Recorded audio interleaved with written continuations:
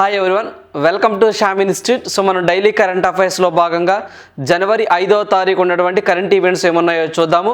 So మనం first one వచ్చేసరికి భద్రతా మండలికి కొత్త సభ్యులు అని చెప్పేసి రావడం జరిగిందండి. సో ఇక్కడ మనం చూసినట్లయితే మనకి భద్రతా మండలికి కొత్త సభ్యులు ఎన్నిక అవడం జరిగింది అనే పాయింట్ ఈరోజు ప్రధానంగా మనకి ఆర్టికల్లో రావడం జరిగింది. సో ఇక భద్రతా మండలి అంటే ఏంటి, మనము యుఎన్ఎస్సి అని చెప్పేసి చెప్తామండి. So United nation security council అని చెప్పేసి చెప్తాము. సో దీంట్లో మొత్తము పర్మనెంట్ కంట్రీస్ అని చెప్పేసి, నాన్ పర్మనెంట్ కంట్రీస్ అని చెప్పేసి ఉంటాయండి. నాన్ పర్మనెంట్ కంట్రీస్ అని చెప్పేసి ఉంటాయి. సో మొత్తము పర్మనెంట్ కంట్రీస్ వచ్చేసరికి ఒక 5 ఉంటాయి, నాన్ పర్మనెంట్ వచ్చేసరికి ఒక 10 ఉంటాయండి. సో మొత్తం 10 మెంబర్స్ ఉంటారు. సో దాంట్లో భాగంగా ఈ 10 మెంబర్స్ ఏవైతే ఉంటారో వీళ్ళు ప్రతి 2 ఇయర్స్కి ఒకసారి ఎన్నికవుతూ ఉంటారనమాట. సో దానికి సంబంధించి కొన్ని కంట్రీస్ అనేవి వెళ్ళిపోతూ ఉన్నాయి, కొన్ని కంట్రీస్ రాబోతున్నాయి అని చెప్పేసి ఓవరాల్గా మనకి ఇక్కడ ఆర్టికల్ ఇవ్వడంలో రావడం జరిగింది. సో ఇవి మనం ఒకసారి చూసినట్లయితే ఏదైతే మనకి ఒక భద్రతా మండలి ఉంటుందో, ఈ యొక్క భద్రతా మండలిని 1946లో ఫామ్ చేశారండి. సో 1946లో దీన్ని ఫామ్ చేశారు అనే పాయింట్ మనం గుర్తుంచుకోవాలి. సో అదేవిధంగా మొత్తం యుఎన్ఓలో ఒక 6 ఆర్గాన్స్ ఉంటాయండి. సో ఆ 6 ఆర్గాన్లో వన్ ఆఫ్ ద ఆర్గాన్స్ వచ్చేసరికి మనకి యునైటెడ్ నేషన్ సెక్యూరిటీ కౌన్సిల్ అని చెప్పేసి, యునైటెడ్ నేషన్ జనరల్ అసెంబ్లీ అని చెప్పేసి అలా రకరకాలుగా ఉంటాయి. సో దాంట్లో భాగంగా ఇది వన్ ఆఫ్ ద వింగ్ అని చెప్పేసి చెప్పొచ్చు. సో దాంట్లో భాగంగా ఇది 1946లో ఫామ్ అయిందని చెప్పేసి గుర్తుంచుకోవాలి. సో అదేవిధంగా మనకి పర్మనెంట్ కంట్రీస్ అని చెప్పేసి 5 ఉంటాయి, నాన్ పర్మనెంట్ వచ్చేసరికి 10 ఉంటాయని గుర్తుంచుకోవాలి. ఖచ్చితంగా ఈ 5 ఏంటివన్నీ కూడా మన ఎగ్జామ్ పాయింట్ ఆఫ్ వ్యూలో గుర్తుంచుకోవాలి. సో ఇది ఫస్ట్ ఏంటో చూద్దాం, ఎందుకు వార్తల్లోకి వచ్చిందో చూద్దాము. సో భద్రతా మండలి 5 కొత్త సభ్య దేశాలకు స్వాగతం పలికింది. సో ఆ కొత్త సభ్య దేశాలు ఏంటి అంటే మనము జపాన్ అని చెప్పేసి, సో మనకి జపాన్, అదేవిధంగా మనకి స్విట్జర్లాండ్ అని చెప్పేసి, అదేవిధంగా మొజాంబిక్ అని చెప్పేసి, మొజాంబిక్ కంట్రీ అని చెప్పేసి, ఈక్వెడార్ అని చెప్పేసి నెక్స్ట్ వచ్చేసరికి మాల్డా అని చెప్పేసి కంట్రీస్ ఉన్నాయండి. సో 1 2 3 4 5 ఇవనేవి రావడం జరిగింది అని చెప్పి చెప్తున్నారు. సో ఇవి ఏవైతే మనకి భద్రతా మండలిలో శాసనసభ్య దేశాలు కూడా ఉంటాయని చెప్పాం. సో ఏదైతే Bharat, Ireland, Kenya, Mexico, Norway దేశాలు వాళ్ళ సభ్యత్వాన్ని డిసెంబర్ 31తో ముగియబోతుంది అని చెప్పి చెప్తున్నారండి. సో అవి కూడా ఏమేమంటే మనకి భారత్ అని చెప్పేసి, అదేవిధంగా ఐర్లాండ్ కంట్రీ అని చెప్పేసి, అదేవిధంగా కెన్యా కంట్రీ అని చెప్పేసి, అదేవిధంగా మెక్సికో కంట్రీ అని చెప్పేసి, అదేవిధంగా నార్వే అని చెప్పి చెప్తా ఉన్నాం. సో ఈ యొక్క 5 దేశాల యొక్క పదవీ కాలము సో మన డిసెంబర్ 31తో ముగిసిపోయింది, 31తో ముగిసిపోయింది అని చెప్పేసి కొత్త దేశాలు వీటి ప్లేస్లో అండి ఏవైతే ఉన్నాయో సో ఇవనేవి వాటి యొక్క సభ్యత్వాన్ని కోల్పోయినాయి. సో ఇవి ప్రజెంట్ వచ్చాయని చెప్పేసి గుర్తుంచుకుంటే సరిపోతుంది. మొత్తం 10 అని చెప్పాం కదా, మిగతా 5 గుర్తుంచుకోవాలా? అవసరం లేదండి. మొత్తం 10 గుర్తుంచుకోవాల్సిన అవసరం లేదు, రీసెంట్గా వచ్చినవి మాత్రమే గుర్తుంచుకుంటే సరిపోతుంది. సో ఇక్కడ వచ్చేసరికి ఒక 5 కంట్రీస్ పర్మనెంట్ కంట్రీస్ అని చెప్పేసి వాటికి వీటో పవర్ అని చెప్పేసి ఉంటుందండి. సో ఖచ్చితంగా 5 కంట్రీస్ ఏంటో ఖచ్చితంగా గుర్తుంచుకోవాలి. యూఎస్ఏ ఒకటి ఉంటుంది, at the same time USA, UK, France, China and Russia ఈ 5 అనేవి పర్మనెంట్ కంట్రీస్ అని చెప్పేసి చెప్తాం. ఖచ్చితంగా ఎగ్జామ్ పాయింట్ ఆఫ్ 5 గుర్తుంచుకోవాలి. ఇంకొకసారి America, UK, France, China and Russia అని చెప్పేసి మనం గుర్తుంచుకోవాలి. So very important exam point of వ్యూలో. సో వీటికి వీటో పవర్ ఉంటుందండి. అంటే ఏదైనా ఒక యుఎన్ఓలో ఒక తీర్మానాన్ని ప్రవేశపెట్టినప్పుడు ఆ యొక్క తీర్మానానికి 5 కంట్రీస్ ఖచ్చితంగా అనుకూలంగా ఓటేయాలండి. ఈ 5 కంట్రీస్లో ఏదైనా ఒక కంట్రీ అనుకూలంగా ఓటేయకపోతే, అంటే దాని యొక్క అధికారాన్ని ఉపయోగించుకొని వీటో పవర్ ఉపయోగిస్తే ఆ తీర్మానం అనేది వీగిపోతుంది అనమాట. సో అదే జరిగింది మనకి రష్యా ఉక్రెయిన్ మీద వారు జరిగినప్పుడు కూడాను ఇక్కడ తీర్మానం చేయడం జరిగిందండి ఉక్రెయిన్ వాళ్ళు. సో అప్పుడు ఏంటంటే రష్యా వాళ్ళు దీంట్లో మెంబర్గా ఉన్నారు కదా, అంటే పర్మనెంట్ కంట్రీకి వన్ ఆఫ్ ద మెంబర్స్ ఉన్నారు కదా, వీళ్ళు ఏం చేశారంటే ఇది మా తప్పు కాదు అని చెప్పేసి వాళ్ళు ఓట్ వేయడం జరిగింది. సో దాంతో ఆ యొక్క తీర్మానం వీగిపోయింది అనే పాయింట్ మనం గుర్తుంచుకోవాలి. Very important exam point of వ్యూలో. సో అనేవి రీసెంట్గా 5 కంట్రీస్ వచ్చినాయి గుర్తుంచుకోండి సరిపోతుంది. అదేవిధంగా మనకి యుఎన్జిఏ అని చెప్పేసి ఉంటుందండి. మనకి యుఎన్జిఏ అని చెప్పేసి యునైటెడ్ నేషన్ జనరల్ అసెంబ్లీ అని చెప్పేసి మొత్తం 193 కంట్రీస్ ఉంటాయి.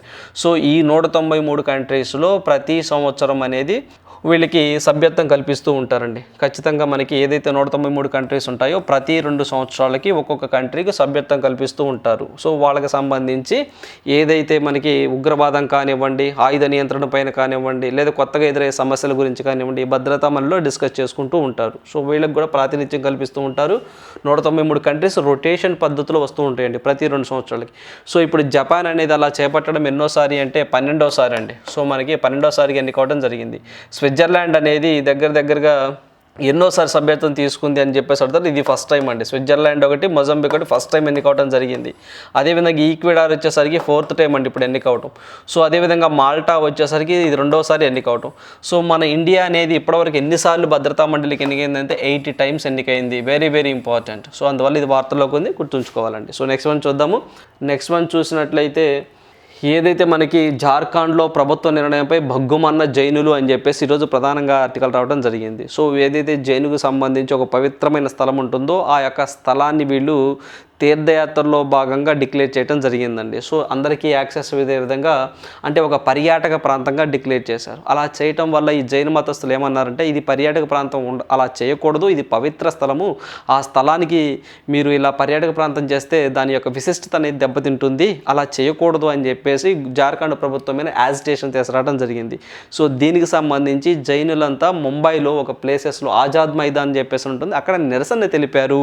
సో మనం ఇప్పుడు ఎగ్జామ్ పాయింట్ ఆఫ్ వ్యూలో మనం ఇక్కడి నుంచి ఏం తీసుకోవాలి అంటే ఈ యొక్క ఏదైతే జైన మతానికి సంబంధించినటువంటి ఒక పుణ్యక్షేత్రం ఉంటుందో ఆ పుణ్యక్షేత్రాన్ని పర్యాటక ప్రాంతం చేశారు కదా, ఆ పుణ్యక్షేత్రం పేరు ఇచ్చి అది ఏ స్టేట్లో ఉందని అడుగుతారండి. లేదా రీసెంట్గా ఇలా జైనులు గొడవ చేశారు కదా, ఏ రాష్ట్రంలో జరిగిందని ఎగ్జామ్ పాయింట్ ఆఫ్ వ్యూలో అడగడానికి పాసిబిలిటీ ఎక్కువగా ఉంటుంది. సో జనరల్గా మనకి చూస్తున్నట్లయితే ఒకసారి చూద్దాం దీనికి సంబంధించి. సో జార్ఖండ్ ప్రభుత్వ నిర్ణయంపై భగ్గుమన్న జైనులు, సో దేశవ్యాప్తంగా భారీ నిరసనలు అని చెప్పేసి రావడం జరిగిందండి. సో ఇక్కడ చూస్తే ఇక్కడ మీకు జైన మతస్థుకు సంబంధించి వీళ్ళంతా వాళ్ళ నిరసన తెలుపుతూ ఉన్నారు ఈ పీక్లో. సో జార్ఖండ్ ప్రభుత్వ నిర్ణయంపై సో ఏదైతే జైనుల పుణ్యక్షేత్రం దాని పేరు వచ్చేసరికి శ్రీ సమ్మద్, ఆ పుణ్యక్షేత్రం పేరు శ్రీ సమ్మద్ శిఖరాజిని, శ్రీ సమ్మద్ శిఖరాజిని అనేది ఒక జైనుల పుణ్యక్షేత్రం అండి. ఇది ఎక్కడ ఉంటుందంటే మనకి జార్ఖండ్లో ఉంటుందండి. జార్ఖండ్లో ఉంటుంది. సో దీని ఏంటంటే ఈ యొక్క ప్రాంతాన్ని ఈ యొక్క ఏదైతే ఈ యొక్క ఒక పుణ్యక్షేత్రమైన టెంపుల్ ఉంటుందో దీన్ని ఏం చేశారంటే పర్యాటక ప్రాంతంగా మార్చడంపై పెను దుమారం జరిగింది అని చెప్పి చెప్తా ఉన్నారండి. అదేవిధంగా ఏదైతే మనకి ఈ యొక్క ప్రాంతాన్ని ఈ యొక్క ఒక తీర్థ ప్రాంతాన్ని పర్యాటక ప్రాంతంగా ప్రకటించడం వల్ల ఆ స్థలం పవిత్రత దెబ్బతింటుందని వాళ్ళు ఆవేదన వ్యక్తం చేశారు అని చెప్పి చెప్తున్నారు. అలా చేయకూడదు అని చెప్పేసి వాళ్ళు నిరసన తెలుపుతున్నారని పాయింట్ గుర్తుంచుకోండి. సో ఇటు మనకి జైనులు వచ్చారు కాబట్టి ఖచ్చితంగా మనము ఈ యొక్క జైన్ టెంపుల్స్ ఇండియాలో ఏమన్నా ఉన్నాయో చూద్దామండి. సో మనకి దిల్వారా టెంపుల్ అని చెప్పేసి ఉంటుంది, రణక్పూర్ టెంపుల్ అని చెప్పేసి, రెండు కూడా రాజస్థాన్లో బాగా ఫేమస్ అండి జైన్ టెంపుల్. జనరల్గా మనకి జైన్ టెంపుల్ అంటే జైనులు అనే విషయం వచ్చింది కాబట్టి ఇంకేమైనా జైన్ టెంపుల్స్ ఏమైనా ఉన్నాయో మనం ఒకసారి గ్లాన్స్ చేయాలండి. దాంట్లో చూస్తే మనము దిల్వారా టెంపుల్ అని చెప్పేసి, దిల్వారా టెంపుల్, అదేవిధంగా Ranakpur temple. So these are located in రాజస్థాన్లో ఉంటాయండి. సో మనకి రాజస్థాన్ రాష్ట్రంలో ఉంటాయి. అదేవిధంగా మనకి దక్షిణ భారతదేశంలో మన కర్ణాటకలో దక్షిణ భారతదేశంలో మనకి శ్రావణ బెళగొళలో ఒకటి ఉంటుందండి, బాహుబలి టెంపుల్ అని చెప్పేసి అంటామండి. బాహుబలి లేదా గోమటేశ్వర టెంపుల్ అని కూడా అంటాం. వెరీ ఇంపార్టెంట్ అండి. గోమటేశ్వర టెంపుల్ అని చెప్పేసి గోమటేశ్వర టెంపుల్ అని చెప్పేసి అంటాం. It is also called Baahubali temple అని కూడా అంటామండి. బాహుబలి టెంపుల్ అన్నా గోమటేశ్వర టెంపుల్ అన్నా it is a Jain temple అని చెప్పేసి గుర్తుంచుకోవాలి. మనకి శ్రావణ బెళగొళ కర్ణాటకలో ఉంటుందనే పాయింట్ కూడా మన ఎగ్జామ్ పాయింట్ ఆఫ్లో గుర్తుంచుకోవాలి. సో ఇవన్నీ జైన్ టెంపుల్స్ వెరీ ఇంపార్టెంట్. అదేవిధంగా మనకి జార్ఖండ్ వచ్చింది కాబట్టి జార్ఖండ్లో బైద్యనాథ్ టెంపుల్, ఏ టెంపుల్ అండి బైద్యనాథ్ టెంపుల్ అనేది బాగా ఫేమస్గా ఉంటుంది. అది కూడా మనం గుర్తుంచుకోవాలి. సో మనకి అది కూడా బైద్యనాథ్ టెంపుల్ అని చెప్పేసి ఉంటుంది. టెంపుల్ అని కూడా బాగా ఫేమస్గా ఉంటుంది. ఎక్కడ ఉంటుందంటే జార్ఖండ్లో ఉంటుందనే పాయింట్ మనం గుర్తుంచుకోవాలి. సో ఎస్పెషల్లీ ఇక్కడ శ్రీ సమ్మద్ శిఖరాజిని అనే ఒక పవిత్రమైన స్థలం జైనులకు సంబంధించింది. ఏ స్టేట్లో అంటే జార్ఖండ్ అని గుర్తుంచుకోవాలి. సో నెక్స్ట్ వన్ చూద్దాము. సో నెక్స్ట్ ఆధునిక డ్రోన్ల తయారీకి భారత్కు సహకారం అని చెప్పి చెప్తున్నారండి. సో మనకి ఏదైతే మనకి డ్రోన్ సెక్టార్స్ను మ్యానుఫ్యాక్చర్ చేయడానికి భారతదేశంలో ఒక వేదిక కాబోతుందని చెప్పి చెప్తున్నారు. మోడీ గారు మేక్ ఇన్ ఇండియాలో భాగంగా ఏవైతే ఈ డ్రోన్ సెక్టార్ ఉందో ఈ ఫ్యూచర్ వచ్చేదంతా డ్రోన్ సెక్టార్ మీద ఆధారపడి ఉంటుంది. ఉంది, లైక్ సైన్స్ అండ్ టెక్నాలజీలో కానివ్వండి, లేదా ఉగ్రవాదులు సంబంధించి కానివ్వండి, రైతులకు సంబంధించిన కానివ్వండి, నిఘు వ్యవస్థ సంబంధించి కానీ, పోలీస్ వ్యవస్థకు సంబంధించి కానీ అంతా డ్రోన్ సెక్టారే అంతా ఉంటుందని చెప్పి చెప్తున్నారు.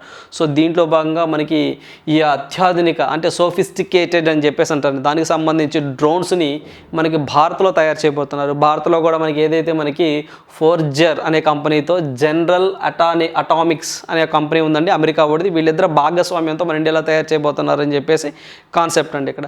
దీంట్లో భాగంగా ఒకసారి మనం ఇక్కడ చూద్దాం, ఇది వార్తల్లోకి వచ్చింది కాబట్టి. సో ఏదైతే మనకి అత్యాధునిక డ్రోన్ల తయారీకి భారత్కు సహకారం, సో భారత ఫోర్జర్తో జనరల్ అటామిక్స్ భాగస్వామ్యం అని చెప్పి చెప్తున్నారండి. సో ఏదైతే మనకి భారత్ ఫోర్జ్ అండి, సో మనకి భారత్ ఫోర్జ్తో ఎవరు జత కట్టారు, జనరల్ అటామిక్స్ అని చెప్పేసి, అటామిక్స్ అనే కంపెనీ అనేది యూఎస్ఏ కంపెనీ వాడిది. సో వీళ్ళు జత కట్టారు. సో వీళ్ళిద్దరు భాగస్వామ్యంతో డ్రోన్ తయారు చేస్తామని చెప్పి చెప్తున్నారు.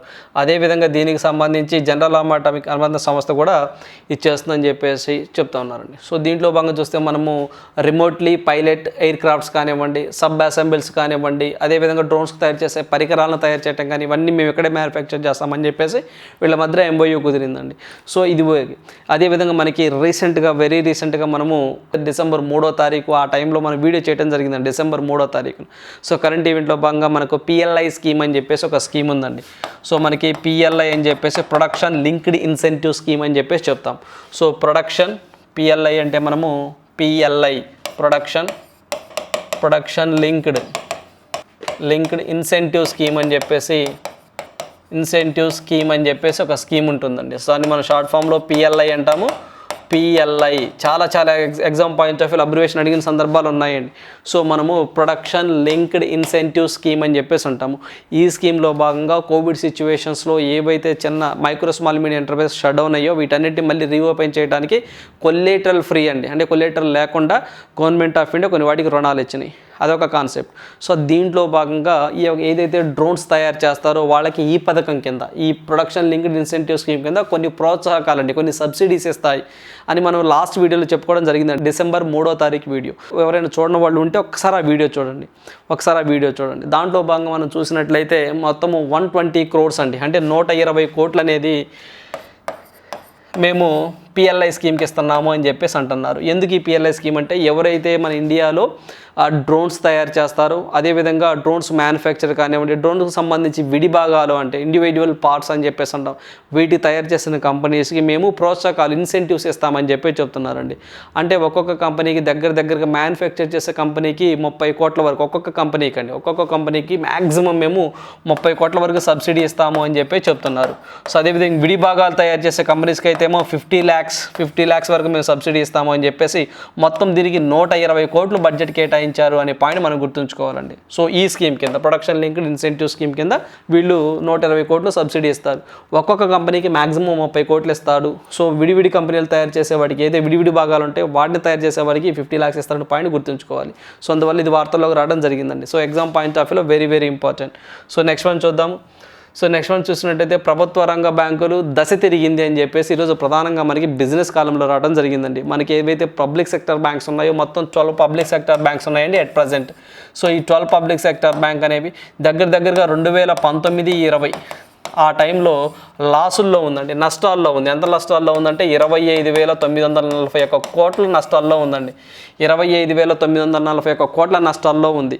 సో అప్పటి నుంచి ఎప్పుడైతే మనకి 2020-21 కాడి నుంచి సో 2022-23 వరకు ఏవైతే పబ్లిక్ సెక్టర్ బ్యాంక్స్ ఉన్నాయో అవన్నీ లాభాల బాటలో పడ్డాయని చెప్పి చెప్తున్నారండి. సో మనకి రీసెంట్గా 2022-23 అయితే మాత్రం 100 లక్షల కోట్లు అండి, 100 లక్షల కోట్ల లాభాన్ని ఆర్జించాయని చెప్పి చెప్తున్నారండి. సో వెరీ ఇంపార్టెంట్ అండి. ఏదే మనకి 100 లక్షల కోట్లని ఆర్జించాయని చెప్పేసి చెప్తున్నారండి. సో మనకి లక్షల కోట్లు ఆర్జించాయని చెప్తున్నారు.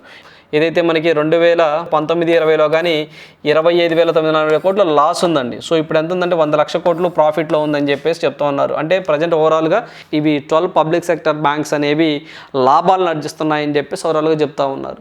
సో అదేవిధంగా మనం ఇక్కడ ఎగ్జామ్ పాయింట్ ఆఫ్ వ్యూ ఏవైనా కొన్ని పాయింట్స్ మనం పికప్ చేసుకోవాలనుకుంటే ఎకానమీ పార్ట్లో మనం చదువుకోవాలంటే దీన్ని కరెంట్ ఎకానమీలో భాగంగా ఇక్కడ మనం చూసినట్లయితే సో ఇది బాగా గుర్తుంచుకోండి అండి. జనరల్గా 19-20లో కానివ్వండి, అదేవిధంగా 21-22లో కానీ ఇవి చూస్తే మనము 2017-18లో అండి. సో 2017-18లో దగ్గరగా 85,390 కోట్ల నష్టం వచ్చిందంటండి. అదే 2021-22కి వచ్చేసరికి 66,539 కోట్ల లాభం వచ్చింది. సో ఇప్పుడు ప్రజెంట్ 22-23కి 1,00,000 కోట్లు అండి, 1,00,000 కోట్ల లాభం వచ్చింది. ఈ ఫిగర్స్ గుర్తుంచుకోండి అండి. అదేవిధంగా మొత్తం 12 పబ్లిక్ సెక్టర్ బ్యాంక్స్ ఉంటాయని గుర్తుంచుకోండి. అదేవిధంగా మనకి ఏ బ్యాంకులోకి మెర్జ్ అయింది అన్నది కూడా ఎగ్జామ్ పాయింట్ ఆఫ్ వ్యూలో వెరీ వెరీ ఇంపార్టెంట్. సో మనకి యూనియన్ బ్యాంక్ ఆఫ్ ఇండియాలో Andhra bank and corporation bank merge అయింది అనే పాయింట్ గుర్తుంచుకోవాలి, వెరీ వెరీ ఇంపార్టెంట్. సో అదేవిధంగా మనకి కొన్ని బ్యాంకులు అండి. సో ఇండియన్ బ్యాంకులోకి అలహాబాద్ బ్యాంక్ మెర్జ్ అయిందని గుర్తుంచుకోవాలి. ఇలా మొత్తం ఎప్పుడు మెర్జ్ అయ్యి లాస్ట్ టైంలో కూడా దీని మీద బిట్ అడగడం జరిగిందండి. సో అందువల్ల ఇది వార్తల్లోకి వచ్చింది, గుర్తుంచుకోవాలి. పబ్లిక్ సెక్టర్ బ్యాంక్స్ అని చెప్పేసి. సో పబ్లిక్ సెక్టర్ బ్యాంకులో లార్జెస్ట్ బ్యాంక్ అనేది మనము స్టేట్ బ్యాంక్ ఆఫ్ ఇండియా అని చెప్పి చెప్పుకుంటాం, ఎస్బీఐ అండి. తర్వాత పంజాబ్ నేషనల్ బ్యాంక్ అని చెప్పి చెప్పుకుంటామండి. సో వెరీ వెరీ తర్వాత వచ్చేసి మనము యూబీఐ అండి, యూనియన్ బ్యాంక్ ఆఫ్ ఇండియా అని చెప్పి చెప్పుకుంటాం. సో నెక్స్ట్ వన్ చూద్దాము. సో నెక్స్ట్ వన్ చూసినట్లయితే 2040 నాటికి దేశ జీడిపి $20 ట్రిలియన్ అని చెప్పి చెప్తున్నారు. సో అది చెప్పింది ప్రధానమంత్రి ఆర్థిక సలహా మండలి చైర్మన్ వివేక్ దేవ్రాయ్ అనే వ్యక్తి చెప్పాడండి. మనకి వివేక్ దేవ్రాయ్ చెప్పారండి. ఏమని చెప్పారు అంటే ఈయన ప్రధానమంత్రి ఆర్థిక సలహా మండలికి చైర్మన్ అండి. సో ఈయన చైర్మన్గా పనిచేస్తూ ఉన్నారు. ఈయన వచ్చేసరికి 2047 కల్లా అంటే 2047 కన్నా 20 ట్రిలియన్ ఎకానమీగా ఉంటుందని చెప్తున్నారు. సో మోడీ గారు కూడా ఇండియా అనేది డెవలపింగ్ నుంచి డెవలప్డ్ కంట్రీ అవుతుందని చెప్పేసి ఆగస్టు 15 చెప్పాడండి. సో ఇండియా అనేది 2047 కన్నా డెవలప్డ్ కంట్రీ అవుద్ది అని చెప్పేసి టార్గెట్ పెట్టారండి. Very very important exam point of వ్యూలో. అంటే మోడీ గారు ఇండియాని డెవలపింగ్ కంట్రీస్ నుంచి డెవలప్డ్ కంట్రీగా చేయడానికి ఏ ఇయర్ని టార్గెట్గా పెట్టుకున్నారు అని ఎగ్జామ్లో అడిగితే 2047 అని పెట్టుకోవాలి. 2047లోనే మన ఇండియన్ యొక్క జీడిపి విలువ అనేది $20 ట్రిలియన్ ఉంటుంది అని చెప్పేసి టార్గెట్గా పెట్టుకున్నారు. ప్రజెంట్ మన ఆర్థిక వ్యవస్థ అనేది 3.5 ట్రిలియన్గా ఉందండి, 3.5 ట్రిలియన్గా ఉంది. దీన్ని 5 ట్రిలియన్ చేయాలని చెప్పేసి టార్గెట్ వచ్చేసరికి 2025 అని గుర్తుంచుకోవాలి. Very very important exam point of వ్యూలో, బాగా గుర్తుంచుకోవాల్సిందేనండి.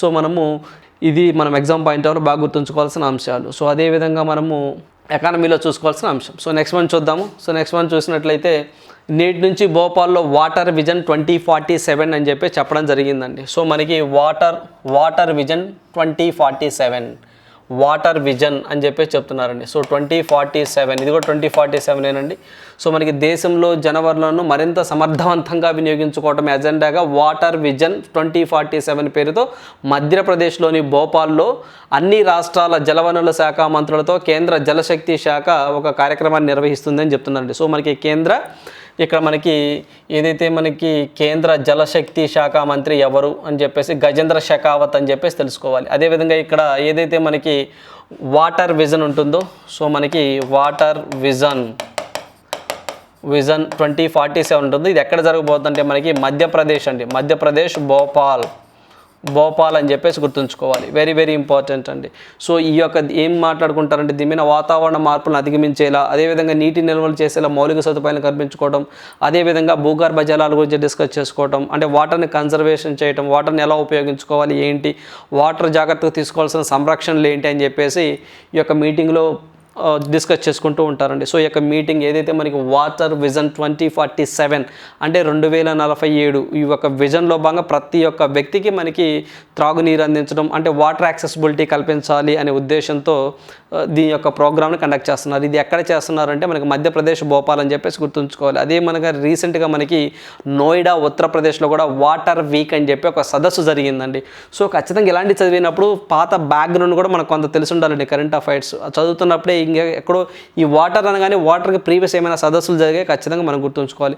సో దాంట్లో భాగంగానే మనకి 7th ఇండియా వాటర్ వీక్ అని చెప్పి జరిగిందండి. 7th మనకి India water week. So India water week అని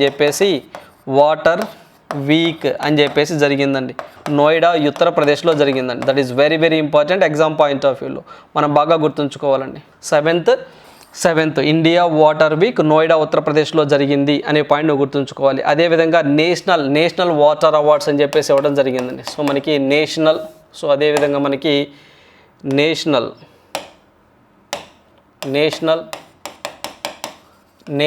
వాటర్ అవార్డ్స్ అని చెప్పేసి వచ్చినాయండి. తాడు అండి, ఇవి 2018 నుంచి ఏవైతే స్టేట్స్ కొన్ని వాటర్ సంరక్షణ కోసం చర్యలు చేపడుతుందో అలాంటి స్టేట్స్ని కొన్ని కేటగిరీలుగా డివైడ్ చేసి ఏదైతే జలశక్తి మినిస్టర్ గజేంద్ర షెకావత్ గారు ఈ యొక్క నేషనల్ వాటర్ వీక్స్ని ప్రొవైడ్ చేయడం జరుగుతుంది. వీటిల్లో మనము బెస్ట్ స్టేట్స్ అండి, అంటే వాటర్ని బాగా కన్సర్వ్ చేసిన బెస్ట్ స్టేట్స్ అని చెప్పేసి జోన్స్ అని సిటీస్ అని డిక్లేర్ చేస్తూ ఉంటారు. దాంట్లో భాగంగా టాప్ 3 స్టేట్స్ ఏంటంటే మా ఎగ్జామ్లో రేపు preliminary exam point of view అడగడానికి పాసిబిలిటీ ఎక్కువగా ఉందండి. సో దాంట్లో చూస్తున్నట్లయితే మనము ఫస్ట్ స్టేట్ వచ్చేసరికి ఉత్తరప్రదేశ్ అండి. సో ఫస్ట్ అనేది యూపీ ఉంది, సెకండ్ వచ్చేసరికి రాజస్థాన్ అండి.